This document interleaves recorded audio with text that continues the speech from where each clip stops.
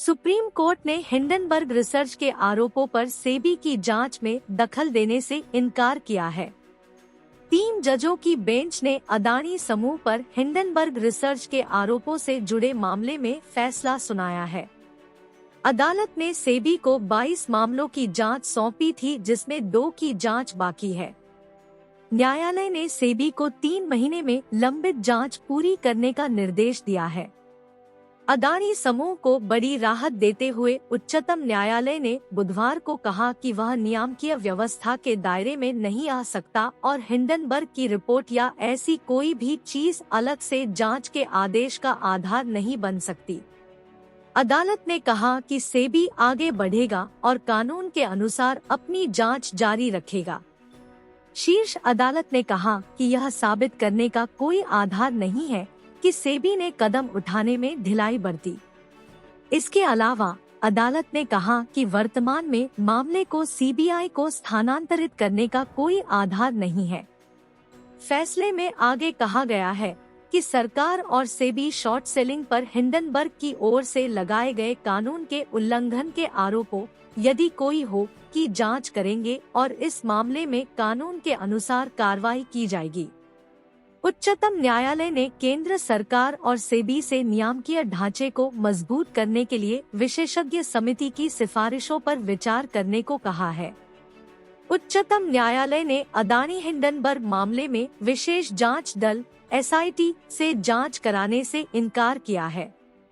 Chief justice of India justice D Y Chandrachud, justice J B Pardiwala और justice Manoj Mishra की 3 जजों की बेंच ने यह फैसला सुनाया।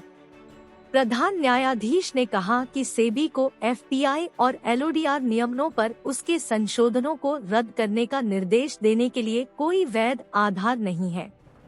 सेबी ने 22 में से 20 मामलों में जांच पूरी कर ली है।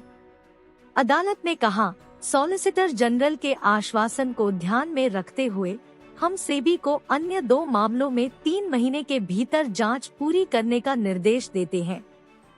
इससे पहले हिंडनबर्ग मामले में सुप्रीम कोर्ट से अनुकूल फैसला आने की उम्मीद में अदानी समूह के शेयरों में बुधवार को 10% तक की तेजी आई।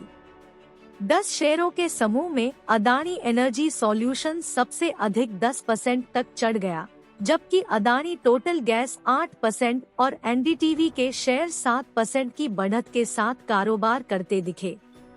Adani green energy, Adani Wilmer, Adani enterprises और अदानी पावर के शेयर 5 से 6 की बढ़त के साथ कारोबार करते दिखे।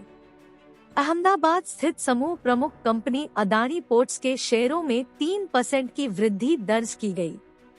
हिंडनबर्ग की रिपोर्ट में दावा किया है कि अरबपति गौतम अदानी ने कॉरपोरेट इतिहास में सबसे बड़ी धोखाधड़ी की है। पिछले महीने कई याचिकाओं पर सुनवाई करते हुए शीर्ष अदालत ने कहा था कि हिंडनबर्ग रिपोर्ट में जो कुछ कहा गया है उसे पूरी तरह से सही नहीं माना जा सकता। सुप्रीम कोर्ट के फैसले के बाद अदानी समूह के चेयरपर्सन गौतम अदानी ने ट्वीट किया, सुप्रीम कोर्ट का फैसला दिखाता है कि सच्चाई की जीत हुई है। मैं उन लोगों का आभारी हूं जो हमारे साथ खड़े रहे। भारत की विकास गाथा में हमारा विनम्र योगदान जारी रहेगा।